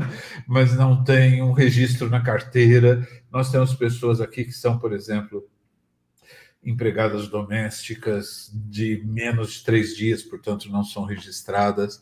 E diante de uma pandemia, né, aquela coisa assim,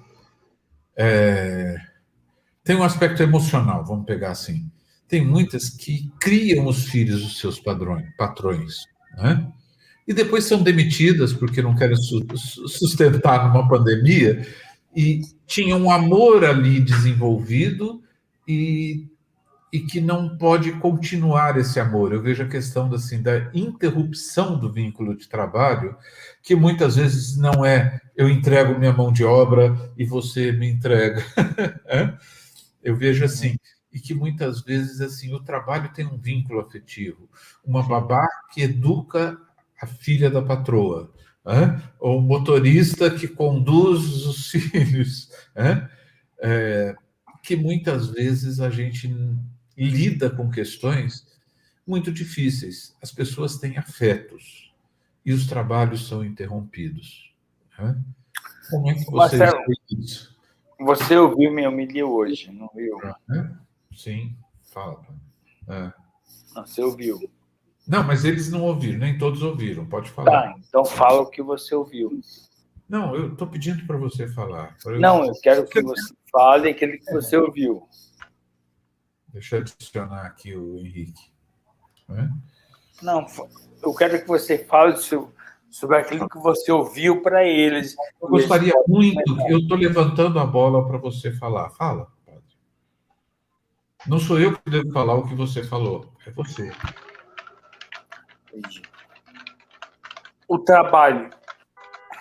Que trabalho dignifica o homem nesse mundo multicapitalista, multi-urbanista, esse mundo pós-Covid? O que vocês acham? Quem dignifica quem? Quando nós falamos de trabalho, e o Papa Francisco tem batido muito nessa tecla, né, sobre a oportunidade que as pessoas têm de trabalhar. Então, neste primeiro momento, mais do que falar qual trabalho talvez dignifica ou tal, mas assim, quais são os postos de trabalho? Esse é o grande dilema que a gente está vivendo agora, né? Então, assim, como que nós podemos ajudar para que mais postos de trabalho possam ser criados, né? Agora, qual o trabalho que dignifica o homem? Bom, trabalho que dê um salário justo, que dê condições para que ele trabalhe bem, para que ele, enfim, encare a vida, para que ele tenha um lazer, para que ele possa prover educação, além do alimento para sua casa, etc. Né? Então, esse é o trabalho que vai dignificar. Porque aí a gente entra, por exemplo, nesse dilema que nós estamos agora, ainda mais nesse tempo de pandemia, no qual os trabalhos, os postos de trabalho, né, postos entre aspas, são os entregadores, é o Uber e tal, etc. E aí até passei por uma situação bem constrangedora, de certa forma, 2 semanas atrás, porque eu tinha pedido uma refeição, porque eu ia para a igreja e tal, e eu estava meio que em cima da hora, pedi um alimento via iFood, e o entregador tinha atrasado. E aí eu entrei em contato lá com o restaurante para ver o que eles iam responder, e aí eles falaram, mas seu pedido saiu já tem mais de 1 hora, e era próximo o lugar lá e não chegou, né? Enfim. E aí o que aconteceu? O entregador entrou em contato comigo, ele tinha se acidentado no meio do caminho. Ele foi, bateram na moto dele, e aí uma situação super complicada, ele falou, meu amigo, me desculpa e tal, não cancela o pedido, porque eu vou ter que pagar e tal, enfim, ficou aquele climão, e eu fiquei assim, eu como cristão, eu fiquei me sentindo mal por aquilo, porque eu fiquei pensando, poxa, eu estou exigindo que a pessoa entregue uma comida aqui em casa, porque eu estou com condições de pagar essa comida para que ele entregue, mas olha a situação que eu coloquei ele e tal, enfim, foi bem complicado, ele chegou, eu entrei em contato com ele, e aí até falei para ele, ó, meu amigo, eu quero ver quanto que vai ficar seu prejuízo e tal, eu não vou também poder te ajudar inteiramente, mas eu quero te abençoar de alguma forma, e enfim, aí acabei ajudando ele no conserto do celular, ele falou que a moto dava para ele tocar ali o barco, mas ele precisava do celular para que atendesse os pedidos e tal, etc., e nossa, isso ficou assim, ficou ecoando assim na minha cabeça, né? Então a gente está aqui falando de dignidade do trabalho, qual trabalho dignifica o homem e tal, etc. Mas, poxa, quais são as oportunidades de trabalho? E hoje essa pessoa, o pai de família, antes dele se perguntar qual trabalho vai dignificar a minha vida, ele vai falar, qual é o trabalho? Qual é o trabalho? Eu quero o trabalho, né? Eu quero o trabalho e assim, queria... Para quem está aqui acompanhando a gente, quem vai assistir depois, talvez está esperando, poxa, o que a gente faz? Meu amigo, minha amiga, nós não temos respostas, infelizmente. Então, e cuidado com aqueles que estão oferecendo respostas aí simplórias. Né? Eu gostaria de falar uma coisa. A questão do trabalho. O trabalho não é só assalariado. É o trabalho daquele que fica em casa, o trabalho daquele que é youtuber, o trabalho daquele que é psicanalista, que nem o Marcelo. É um trabalho daquele que não é porque você fica em casa ou que você escuta a pessoa pelo fone. Sim. Ou o trabalho que o Railson faz ou o Henrique faz, que não é trabalho. É trabalho e é muito trabalho. E é muito caro. É muito caro, porque estudaram muito. Né? Aquela moça que vai na sua casa uma vez por semana, se você puder olhar, ela limpa a tua casa inteira em 8 horas. Você não limparia. Então, ou seja, é um trabalho. Um trabalho que não é visto. O trabalho da mãe, que agora tem que sentar com a filha no colo e olhar a mãe e o pai, os pais e mães, os pães, né, que sentam com seus filhos no colo e olham na tela da TV, aqui que eu estou olhando agora, e devem trabalhar, sei lá, 12 horas por dia, 8 horas por dia. Henrique, não sei, você é professor, não sei quantas horas. E aí trabalham. A criança que está sentada ali trabalha também. O padre, que todo mundo acha que não trabalha, mas trabalha bastante. Nós estamos trabalhando agora. Então, ou seja, o trabalho. Que trabalho dignifica o homem? Henrique, que trabalho dignifica o homem? Puxa, eu sempre acredito que essa capacidade, acho que eu vou responder bem genérico, assim, né? É essa liberdade da pessoa ser quem ela é. Então, como você disse aí, né? As funções que a gente realiza em casa, talvez nem remuneradas sejam, mas essa função de você poder ser livre. Então, podendo ser livre e exercer aquilo que sou, isso representa o respeito da minha dignidade.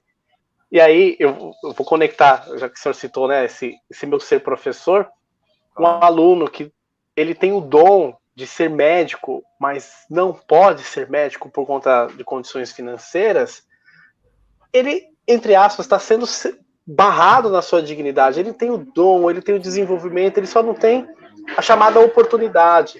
assim quanto tantos outros trabalhos, né? A pessoa tem o dom, ela sabe fazer, ela sabe. Então, uma pessoa que sabe fazer o bolo, poxa, é uma delícia.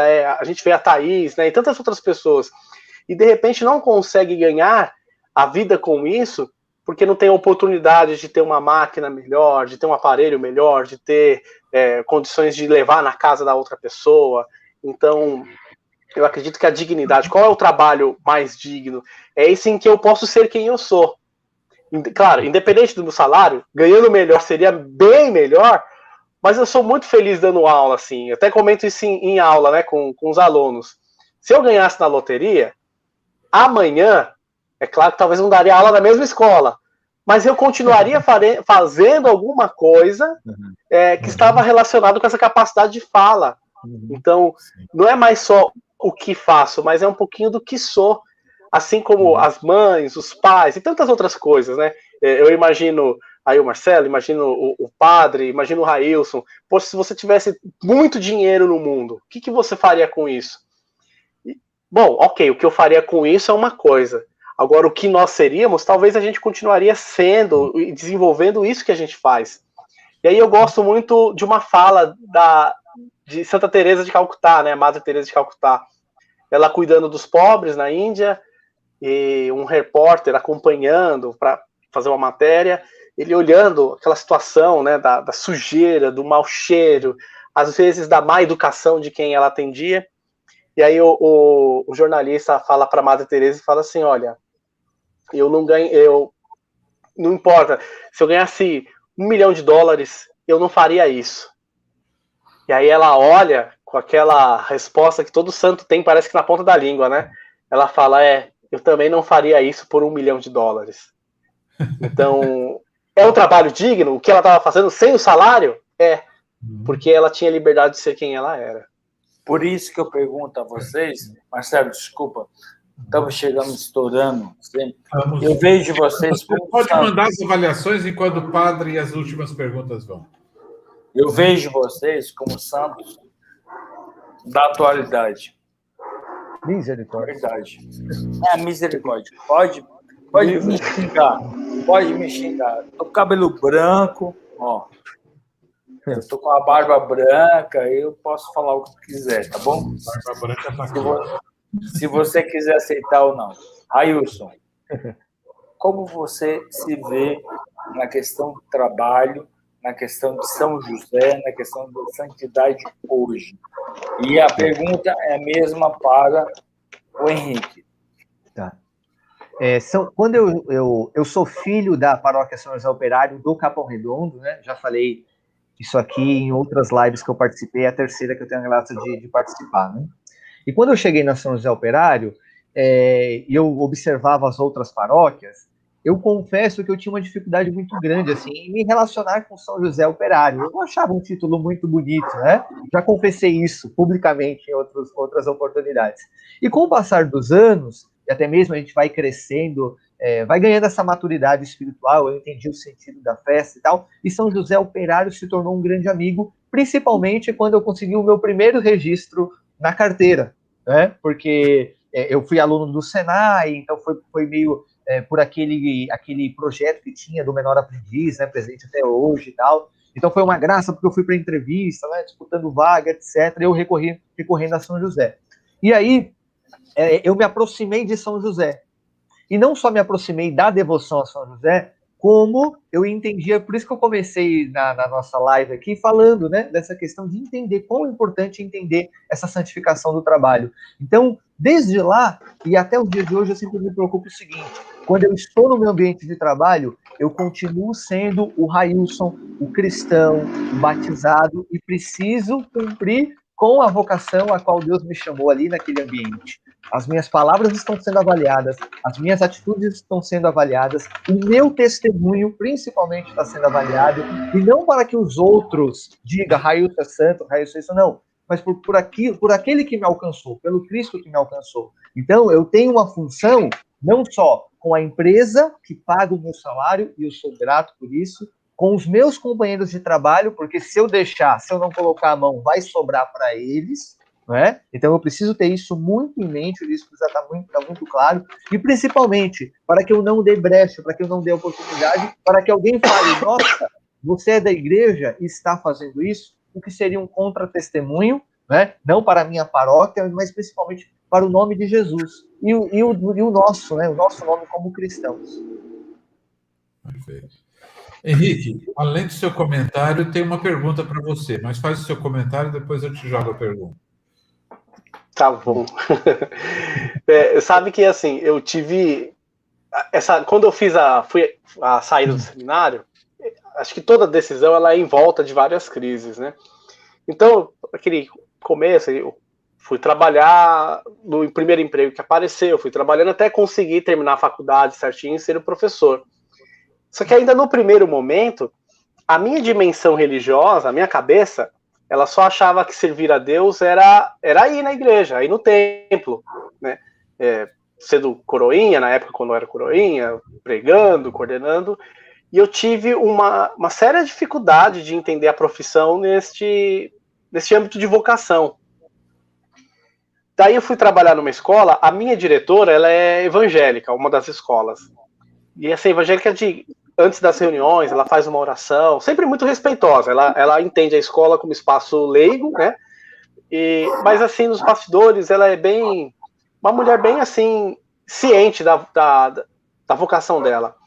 E uma vez eu conversando com ela que me fez perceber, numa conversa, uma conversão, de que aquilo que eu fazia na escola, e sendo bom, melhorando aquilo que eu fazia na escola, era também um ato de redenção. Porque a gente acolhe na escola alunos de todas as realidades, não é só a realidade vulnerável, né? Não é só os mais pobres, não é só aquele que tem problemas de drogas, mas também tem aquele que está numa crise existencial, tem aquele que está com problema com a família, os pais estão se separando, aqueles que não se entendem. E aí, ela me falou isso, e Deus, ele foi muito providente comigo, porque aí eu saí, tive essa conversa com ela, fiz uma aula, pedi um artigo de opinião sobre um tema, e uma menina, ela mencionou nessa redação uma possibilidade, uma mentalidade meio suicida, assim, uma coisa meio pesada. E eu, em vez de dar nota, eu coloquei um bilhete na redação para ela. Eu não dei a nota, eu dei um bilhete para ela e devolvi. E assim, ficamos de olho, e eu esqueci disso com o passar dos anos. 3 anos depois, na formatura, ela leu aquela redação e o meu bilhete. E aí ela falou, esse bilhetinho não veio com nota, eu até hoje não sei a nota da minha redação, mas me salvou. Então hoje eu estou me formando, por isso, até dá uma emocionada, assim, porque aí é o momento que eu comecei a entender melhor a vocação do trabalho, ela é redentora também, né? De alguma forma, São José, ele trabalhou na redenção da humanidade quando criou Jesus, quando fez a caminha de Jesus, como a gente gosta de falar, né? Mas ele me ensina isso. São José me ensina isso. Se eu for um bom trabalhador onde eu estou, a redenção da sociedade acontece. Sendo bom naquilo que eu devo ser, a sociedade vai ser melhor. Eu não falei de Deus. Eu não preguei um evangelho. Não falei de Bíblia. Foi um recadinho como... Legal. O trabalho pode ser fonte de prazer, não é só um sacrifício. O padre Glênio queria falar. Fala, padre. Não, eu queria compartilhar disso com o Henrique, que é o seguinte, a gente, quando começa a fazer seminário, a gente fica meio cientista, né? Por ser padre. Eu vejo o Henrique hoje como pai, como mãe, como uma pessoa que não é pai nem mãe, mas uma pessoa que não é cientista, ou seja, faz parte assim da família, né? Do ser padre, do ser sacerdote, né? Então eu acho que isso é o testemunho dele. Legal. Henrique, a pergunta da Ana para você, né? Eita, como é que eu ponho você em evidência? E a pergunta da Ana. Henrique, como você vê a questão das atividades escolares enviadas para casa durante a pandemia? E a dificuldade dos pais em fazer com que as crianças, depois de um dia de trabalho, né? Essa coisa de trabalho fora, trabalho não é dentro de casa. E tem uma dimensão, assim, não existe um curso para ser pai ou para ser mãe, né, no sentido técnico da palavra. Não existe um curso que nos preparou para a pandemia. E aí eu fico imaginando, essa pergunta foi a Ana que fez? Ana Carol? Foi, né? Ana Carolina? Carol. Pode chamar de Carol. Foi a Carol. E assim, é uma questão que nem nós, professores que somos treinados para isso, a gente consegue responder com tanta propriedade. Porque a pandemia ela é uma situação fora totalmente da órbita daquilo que nós pensamos. Mas também, aí isso, depois de uma formação que a gente tem tido, pelo menos lá na minha escola, fez a gente repensar um pouco a educação, aproveitando o dia do trabalho, porque a educação, ela é hoje ainda o reflexo pós-industrial. Então, da mesma forma que as fábricas são organizadas em esteira, a sala de aula é igual. Se alguém levantar do túmulo que é inspirado no exército prussiano, né? Quer dizer, aquela coisa do não pense, obedeça. Obedeça. Uma história cultural brava. E estamos vendo isso até em ministério, mas deixa para lá. Pronto. Então, e aí tá essa esteira, a ordem, né, o controle, o professor, a máxima autoridade. Então, se alguém lá em 1800 pudesse se levantar do túmulo e viesse para uma sala de aula, ele estaria super ambientado. Era o mundo dele ainda.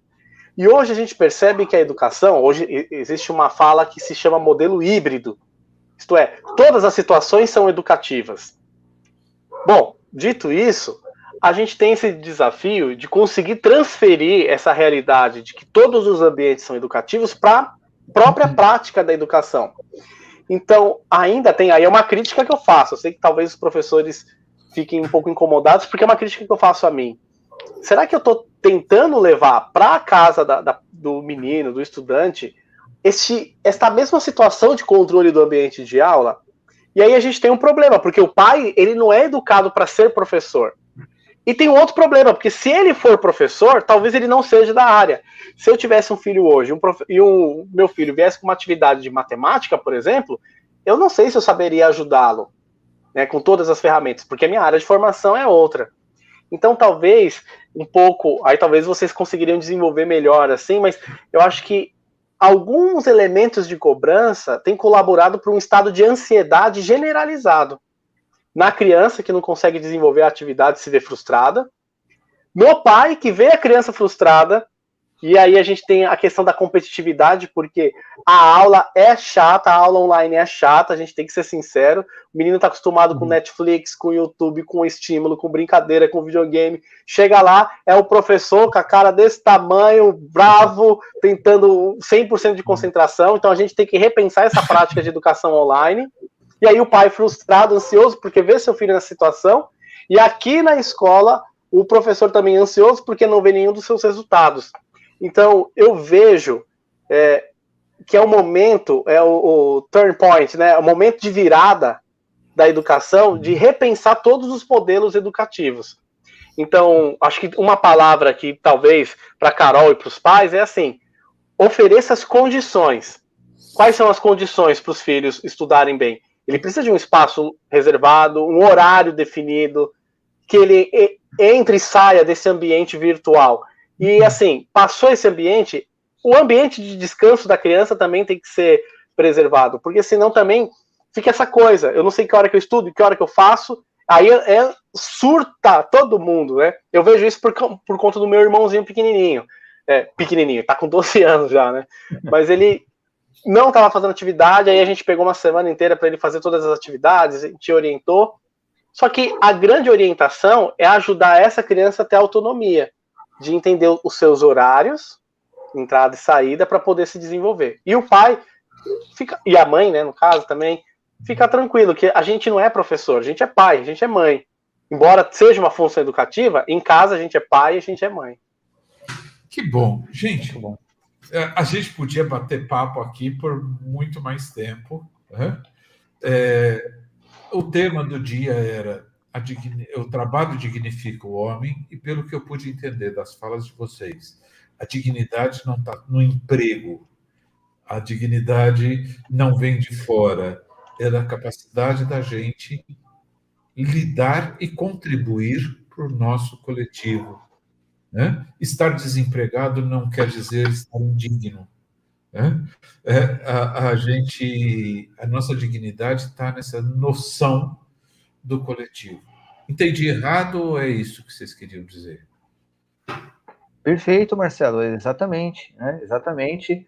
E talvez até seja interessante nós finalizarmos, a gente acabou não falando muito dessa questão do desemprego e tal, talvez até dirigir uma oração para aqueles que se encontram desempregados, né? Eles continuam continuam com a sua dignidade humana, e a gente reza e pede para que a gente possa superar, dar passos, né? Querendo ou não, é a graça de Deus e a vacinação que vai nos tirar desse buraco, né? Então, assim, a gente espera, vai passar, esse tempo vai passar, e passando este tempo que a gente possa contribuir, colaborar, e a gente depende, né? Depende das nossas lideranças também, para que mais postos de trabalho sejam abertos aí no futuro não tão distante. Hoje a gente está vendo, né, mais de 10% da população, 14% da população não tem emprego. Não quer dizer que 14% sejam indignos, né? E que receber ajuda não é falta de dignidade. Por favor, aceite ajuda. Né? É isso, Henrique Padrigleni? Acho que sim, acho que é esse o encaminhamento. Uhum. Eu vou colocar algumas mensagens. Fala, Padrigleni, enquanto eu projeto as mensagens das pessoas que estão acompanhando a gente. Não, tá bom. Obrigado a todos. Então, tá bom. É isso. Eu teria muitas outras coisas para falar, mas esse não é o momento para falar. Anunciação, maravilhoso, bate-papo, né? Socorro. Eliana Rocha, que lindo, Henrique. Né? Andressa Puciano, bate-papo ótimo, muitos ensinamentos. Simone Ozaki, né? Obrigado, Padre Glênio, escutando suas palavras, me lembrei de São Francisco. Assim que dizia, todos os seres são iguais pela sua origem, seus direitos naturais e divinos, seu objetivo final. Enedina, gostei, entrei agora, já aprendi um pouco com vocês. Né? Meu filho estuda online, me esclareceu muitas coisas, Simone. Ficaria horas escutando vocês. Em pouco tempo aprendi muito. Né? Maria Tereza, parabéns, adorei. E a Dona Antônia do Centro, gostei muito, foi muito esclarecedor. Né? Tivemos quase 40 pessoas acompanhando o nosso bate-papo. É um tema que não se fecha, a gente está evoluindo nos conceitos, o que é trabalho. Uma mãe que fica em casa cuidando dos seus filhos, sem ter carteira assinada, também trabalha. Né? Uma pessoa que faz um trabalho e ajuda ali do lado, também trabalha. Então, a gente precisa olhar assim, sobreviver é importante, mas trabalho não é só um contrato entre patrão e empregado.